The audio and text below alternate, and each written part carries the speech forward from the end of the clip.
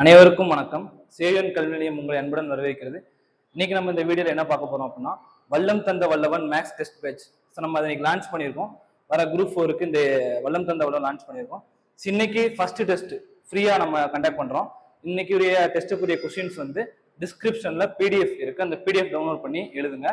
First test என்ன பார்த்தோம் அப்படின்னா, சுருக்குக கோடிங் அண்ட் டீகோடிங் கொடுத்துருப்பாங்க. மொத்தம் 40 கொஸ்டின்ஸ் இருக்கும்.